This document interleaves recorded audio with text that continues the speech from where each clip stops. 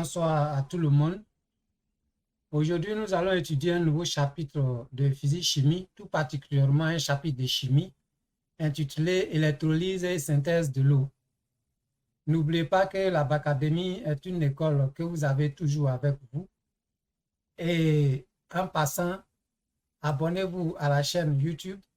N'oubliez pas de cliquer sur le pouce bleu, de même que de partager les publications et d'activer la cloche de notification pour que vous soyez informés de toutes nos publications que nous faisons sur aussi bien notre chaîne YouTube que notre page Facebook. Sans plus tarder, nous commençons par le tableau des habiletés de contenu.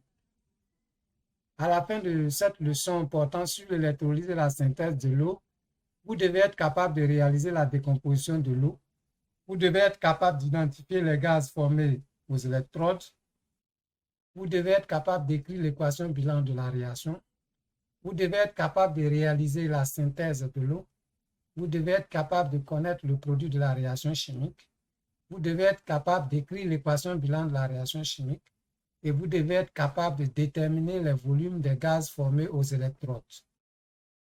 Nous allons commencer ce chapitre par le grand 1, situation d'apprentissage. Lors d'une visite d'études au CHR de Yamoussoukro, les élèves de la 3e 2 du lycée moderne mixte apprennent d'un agent de santé que le dioxygène, gaz utilisé en médecine, peut être obtenu au cours de la décomposition de l'eau. De retour en classe, ces élèves veulent vérifier cette information.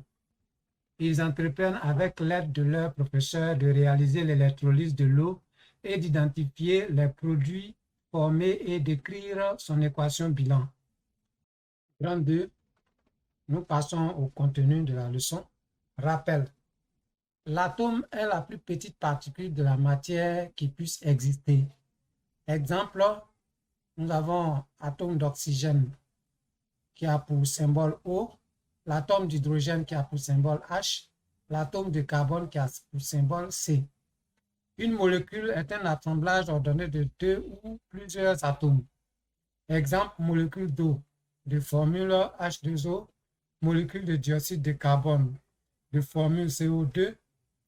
Une réaction chimique est une transformation chimique au cours de laquelle les corps en présence disparaissent et de nouveaux corps apparaissent.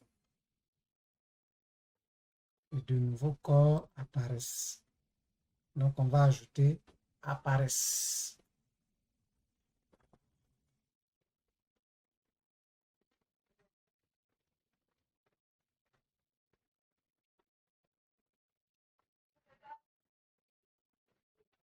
Petit 1, décomposition de l'eau par électrolyse. Dans ce petit 1, nous allons étudier l'électrolyse de l'eau. 1.1, expérience et observation. Ici, je vais vous présenter le montage expérimental. Et dans une vidéo dont je mettrai le lien dans la description de la vidéo, vous allez voir comment en réalité l'expérience même se déroule. Bien, alors qu'est-ce qu'on fait concrètement? On va prendre d'abord un circuit électrique. Vous voyez ici, nous avons un circuit électrique. Nous avons un générateur qui a une borne positive et une borne négative. Et nous allons relier ce générateur-là à un électrolyseur. Bien sûr, nous prenons le soin de remplir 2 tubes à essai que nous renversons sur les 2 électrodes. Comme vous le voyez, les 2 électrodes vont plonger dans les 2 tubes. Si vous regardez bien la vidéo, vous allez voir qu'effectivement, c'est exactement comme ça on le fait. Bien, alors, voyez bien que l'électrode qui est reliée à la borne positive du générateur est appelée anode, pendant que l'électrode qui est reliée à la borne négative du générateur est appelée cathode. Lorsque vous voulez faire l'électrolyse, vous devez ajouter de la soude à la solution qui se trouve dans l'électrolyseur. Le rôle de la soude, c'est de faciliter le passage du courant électrique. Donc, la soude va fournir des ions qui sont capables de faciliter la circulation du courant électrique dans la solution.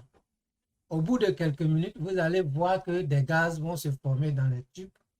Si vous regardez dans la vidéo, vous allez voir qu'au bout de quelques minutes, les gaz se sont effectivement formés dans une proportion donnée.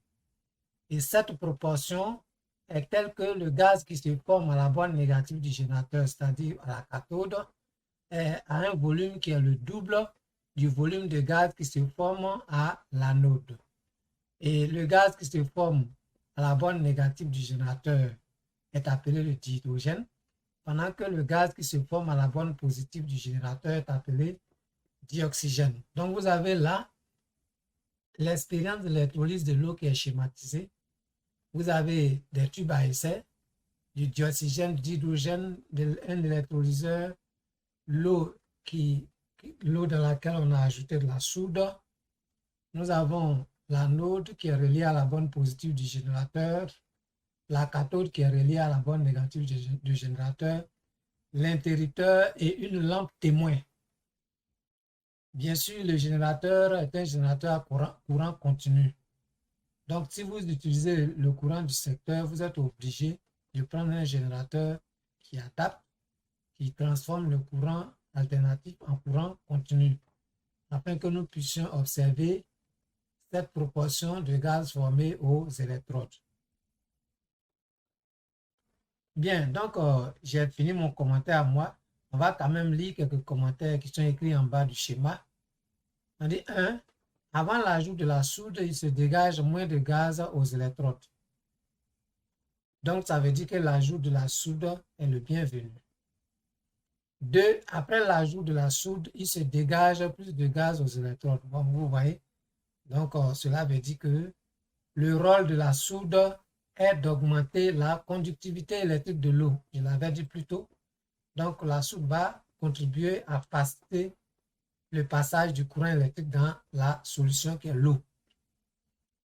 Il se dégage plus de gaz à la cathode qu'à l'anode. Le volume de gaz recueilli à la cathode est le double de celui recueilli à l'anode. Bien, nous avions de l'eau.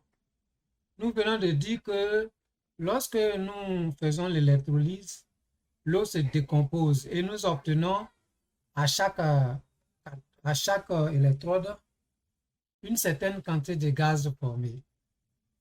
Mais comment savoir que, par exemple, à la cathode, il y a tel gaz et à l'anode, il y a tel gaz? C'est pour savoir cela, nous allons à 1, 2 faire l'identification des produits formés. Donc, à la cathode, qu'est-ce qu'on fait? On va prendre le tube qui est renversé sur la cathode. Je prends ici. Nous prenons ce tube-là. Et puis, nous venons lui présenter une allumette enflammée. Et vous allez voir qu'il va se produire une explosion. Vous aurez un boom. Donc, on lit. Le gaz recueilli à la cathode est présent à une bûchette. Il se produit une détonation à l'approche d'une flamme à l'extérieur du tube à essai. Le gaz est le dihydrogène. Donc, vous voyez, lorsque vous voulez identifier le dihydrogène, il suffit de lui présenter une flamme. S'il y a une explosion, ça veut dire que vous avez du dihydrogène. Ce gaz que vous avez là est du dihydrogène. Bien, on a fini avec le gaz à la cathode. On vient à l'anode. Gaz recueilli à l'anode. Le gaz rallume une bûchette incandescente. C'est le dioxygène O2. Bien, lorsque vous allez bien regarder la vidéo dont j'ai mis le lien dans la description de la vidéo, vous allez voir qu'effectivement, le gaz recueilli à l'anode rallume une allumette presque éteinte. Cela va nous envoyer à la conclusion de cette partie. 3 conclusions. L'électrolyse est la décomposition d'une solution ionique par le courant électrique. Au cours de l'électrolyse de l'eau, l'eau disparaît et se forme du dihydrogène et du dioxygène. C'est donc une réaction chimique qui se traduit par l'équation bilan de la réaction. Donc vous voyez ici l'équation bilan de la réaction. Nous avons 2H2O donne 2H2 plus O2. Je vais expliquer un peu. Alors, au départ, on a pris de l'eau. La formule moléculaire de l'eau, c'est H2O. Nous avons fait réagir cette eau-là par électrolyse et nous avons obtenu du d'hydrogène et du dioxygène. Le dihydrogène à la cathode, l'oxygène à l'anode. Mais attention, lorsque vous avez vu les réactions chimiques, on vous a dit que la matière se conserve. Donc ici, on doit respecter cette conservation de la matière. Si vous avez pris 3 atomes au départ, vous devez avoir 3 atomes à l'arrivée. Mais lorsque nous regardons, nous voyons que nous avons 3 atomes au départ, c'est-à-dire 2 atomes d'hydrogène plus 1 atome d'oxygène. Mais à l'arrivée, nous avons plutôt 2 atomes d'hydrogène et 2 atomes d'oxygène. C'est-à-dire que nous avons là 4. Il faut trouver le même nombre de part et d'autre. Alors, pour avoir ce même nombre, on dit que vous équilibrez l'équation bilan de la réaction chimique. On va équilibrer cette équation-là. Nous avons 2 ici pour l'hydrogène, 2 là pour l'hydrogène. Ça marche pour les atomes d'hydrogène. Mais concernant les atomes d'oxygène, nous avons 1 ici et nous avons 2 de l'autre côté. Donc, il faut tout faire pour avoir 2 ici.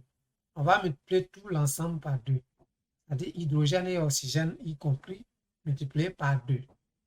Ça va nous faire donc 2 fois 2, ça fait 4 atomes d'hydrogène. Et 2 fois 1, quand on n'écrit rien à côté de l'oxygène, regardez, il n'y a rien, il n'y a pas de chiffre écrit. Ça veut dire que nous avons un seul atome d'oxygène. 2 fois 1, ça fait 2. Donc pour l'oxygène, il n'y a pas de problème. Puis pour l'hydrogène, nous voyons que nous sommes passés de 2 à 4. 2 fois 2, 4. Il faut avoir 4 de l'autre côté. Donc je vais multiplier ici par 2. Je vais vérifier si l'équation est équilibrée. 2 fois 2, ça fait 4 atomes d'hydrogène. Et ici, nous avons 2 atomes d'oxygène. De l'autre côté, nous avons également 4 atomes d'hydrogène et 2 atomes d'oxygène. Donc, si on compte les atomes en général dans les réactifs, c'est-à-dire les corps de départ qu'on appelle les réactifs, nous aurons 2 fois 2, ça fait 4 hydrogène plus 2 oxygène, ça fait 6. On va de l'autre côté, c'est-à-dire dans les produits. De l'autre côté de la flèche, on a les produits. Cette flèche-là veut dire donne, pour produire. Voilà. Donne ou bien pour donner ou bien pour produire. Donc ici, nous avons 2 fois 2 atomes d'hydrogène, ça fait 4, plus 2 atomes d'oxygène, ça nous fait 6 atomes au total. On peut dire que l'équation est équilibrée. Toujours, lorsque vous écrivez l'équation bilan d'une réaction chimique, il faut l'équilibrer. NB, les coefficients traduisent la conservation des atomes et donnent une relation entre les volumes. Donc, lorsque nous regardons, on a dit ici, bon, c'est déjà écrit en haut, j'ai écrit à la main pour que vous puissiez comprendre. Donc, je vais réeffacer ça pour qu'on ait une clarté de vue. Bien, donc, vous voyez, ces coefficients-là traduisent non seulement la conservation des atomes, c'est-à-dire de la matière, et aussi ça permet d'établir une relation entre les volumes. Ça veut dire quoi? Lorsque nous prenons le volume de d'hydrogène, c'est-à-dire ce volume divisé par 2 est égal au volume d'oxygène divisé par 1. Parce que regardez, le coefficient de l'hydrogène, c'est 2. Le coefficient de l'oxygène, c'est 1. Donc, VH2 divisé par 2 égale à VO2 divisé par 1. Cela veut dire que le VH2 égale à 2 fois VO2. Voilà, c'est pourquoi quand on a fait l'expérience, nous avons vu que le volume de l'oxyde d'hydrogène est le double du volume du dioxygène. Cela va nous envoyer à une activité d'application. Nous faisons en même temps cette activité. On dit activité d'application. Au cours d'une électrolyse de l'eau, on recueille 2 litres de gaz à l'anode. Donne le nom de ce gaz. Et puis B donne le nom et le volume du gaz recueilli à l'autre électrode. Donc on va écrire solution.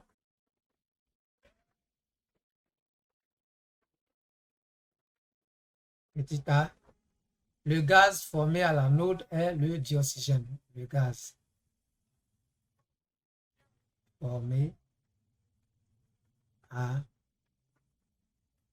l'anode est le dioxygène.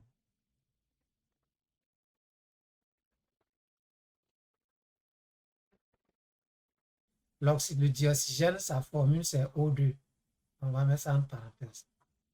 B, le gaz recueilli à l'autre électrode qui est la cathode est tout simplement le dihydrogène. Donc, le gaz formé à l'autre électrode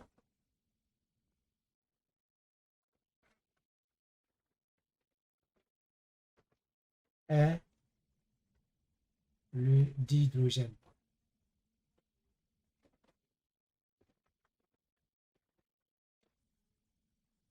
La formule du dihydrogène, c'est H2. On écrit ici H2, en parenthèse. On nous demande de déterminer le volume de gaz aussi, le volume de ce gaz, le dihydrogène. On vient de dire que VH2 sur 2 égale à VO2 sur 1, d'après l'équation bilan. Ce qui permet d'écrire que VH2 égale à 2 fois VO2. Donc, si on nous donne déjà le volume de dioxygène, on dit que c'est 2 litres. Ça veut dire que le volume de d'hydrogène VH2 égale à 2 fois 2 VH2 égale à 4 litres.